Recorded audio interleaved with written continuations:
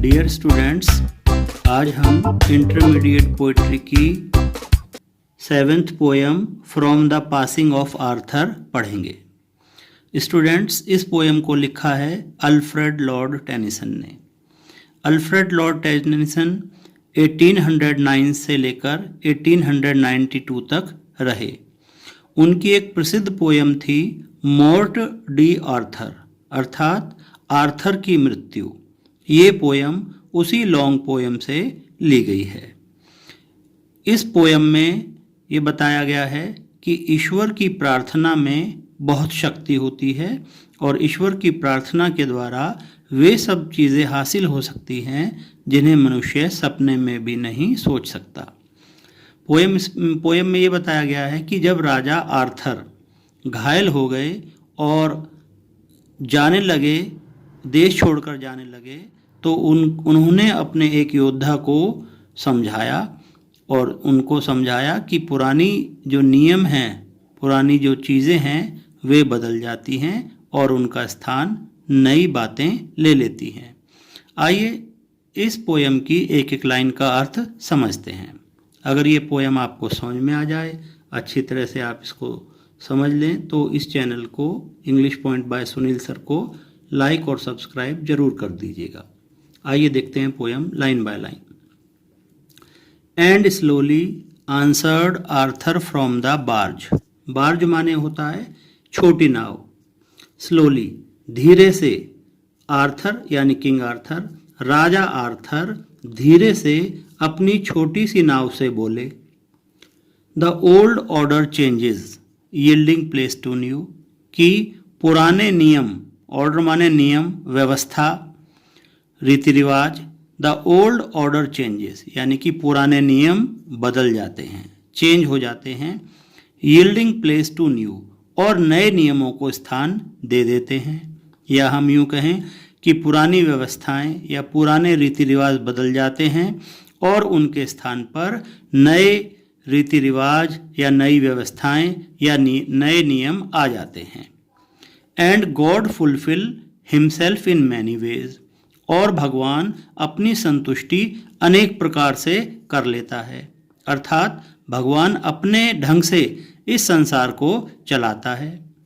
लेस्ट नहीं तो one good custom should corrupt the world, अगर ऐसा ना हो तो कोई भी एक अच्छा कस्टम, कोई भी एक अच्छा नियम या कोई भी अच्छा रिवाज या कोई भी अच्छी व्यवस्था इस संसार को करप्ट कर सकती है, उसमें पतन ला सकती है या उसमें बुराइयां उत्पन्न कर सकती है।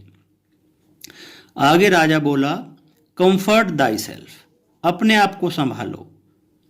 राजा ने उस योद्धा से कहा, सर बेडीवियर से कहा कि कंफर्ट दाई सेल्फ, अपने आप को संभालो। वाट कंफर्ट इज इन मी, मुझ में क्या आराम तलाशते हो, अर्थात मैं तो तुम्हें सांत्वना नहीं दे सकता। I have lived my life, मैं अपना जीवन जी चुका हूँ। And that which I have done, और जो कुछ मैंने अपने जीवन में किया है, may he within himself make pure, मेरी ईश्वर से प्रार्थना है कि वो उसे शुद्ध मान ले, स्वीकार कर ले। बट यू, लेकिन तुम, if you should never see my face again, लेकिन यदि तुम मेरा चेहरा दोबारा ना देखो तो प्रे फॉर माई सोल, मेरी आत्मा के लिए प्रार्थना करना।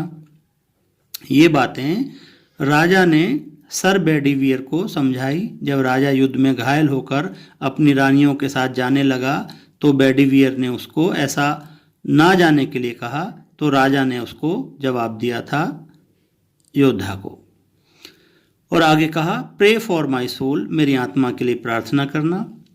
More things are wrought by prayer than this world dreams of, राजा ने उससे कहा कि जितनी चीज़ों के बारे में ये दुनिया सपने में भी नहीं सोचती, उससे कहीं अधिक चीज़ें प्रार्थना की शक्ति से हासिल की जा सकती हैं।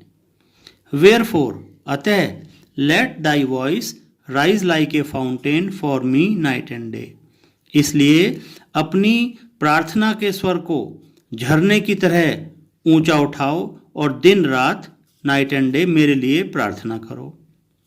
आगे राजा कहता है, for what are men better than sheep और गोट्स। राजा कहता है कि वे मनुष्य भेड़ और बकरियों से बेटर नहीं हैं, अच्छे नहीं हैं। That nourish a blind life with in the brain, जो दिमाग रखते हुए भी एक अंधकारपूर्ण जीवन व्यतीत करते हैं। इफ नोइंग गॉड, यदि नोइंग गॉड भगवान को जानते हुए भी they lift not hands of prayer both for themselves and those who call them friends.